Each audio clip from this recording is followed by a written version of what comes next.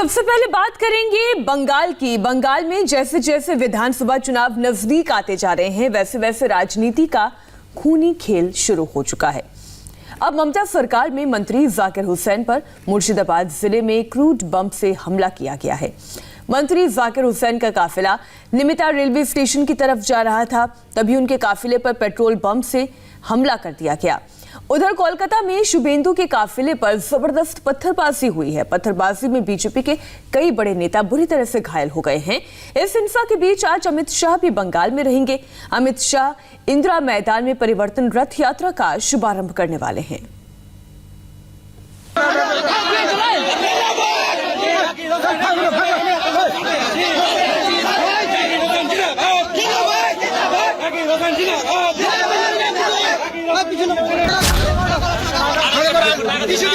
पश्चिम बंगाल के मुर्शिदाबाद में नारेबाजी के बीच ऐसा धमाका हुआ कि अफरा तफरी मच गई। धुएं का गुबार हटा तो ममता सरकार में मंत्री जाकिर हुसैन खून से लथपथ बेसुध जमीन पर पड़े थे। नारेबाजी कर रहे उनके समर्थकों ने देखा तो उनके होश उड़ गए। सड़क पर खून ही खून था।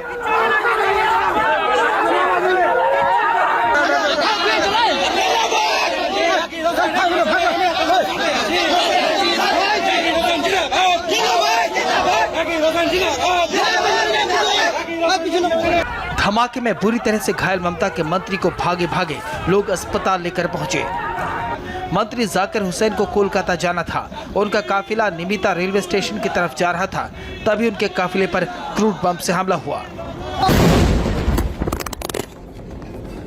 मुर्शिदाबाद में इलाज शुरू हुआ, लेकिन जाकिर हुसैन बुरी तरह से घायल हो गए थे, इसलिए उन्हें फौरन कोलकाता रेफर कर दिया गया। फिलहाल खबर यह है कि उनकी हालत स्थिर है, लेकिन जैसे जैसे चुनाव नजदीक आ रहा है बंगाल की सियासत पर खून के छींटे बढ़ते जा रहे हैं। बीजेपी और टीएमसी का घमासान रोज नए स्तर पर पहुंच रहा है। चाकू, गोली और बम हर रोज की बात हो चली है। यह हमला ऐसे वक्त पर हुआ जब अमित शाह बंगाल दौरे पर पहुंचे हैं, लिहाजा उनकी सुरक्षा और बढ़ा दी गई है। ममता के मंत्री पर हमला हुआ है तो आरोप सीधे सीधे बीजेपी पर है, लेकिन बीजेपी का कहना है कि हमला टीएमसी के नेताओं के बीच टकराव का नतीजा है। पैसों की वजह से मंत्री पर हमला किया गया है। मिनिस्टर के ऊपर हमला जिस ढंग से हुआ, बंगाल में कानून व्यवस्था पूरा ठप हो गया। पुलिस मंत्री जो मुख्यमंत्री ममता बनर्जी है वो पूरा फेल है और इसीलिए ऐसा घटना हुआ। चुनाव पे असर इसमें पड़े, इसके लिए एक प्रयास भी हुआ और हमको लगता है जो ये तृणमूल का अंदरूनी मामला है, आपस का लड़ाई है और इसमें कोई पैसा का खेल है कि नहीं वो भी छानबीन होना चाहिए। इसमें निरपेक्ष जांच होना चाहिए। हर रोज हो रहे हमले की वजह से बंगाल की राजनीति लाल हो रही है। इधर जब बंगाल के मुर्शिदाबाद में ममता के मंत्री जाकिर हुसैन पर अटैक हुआ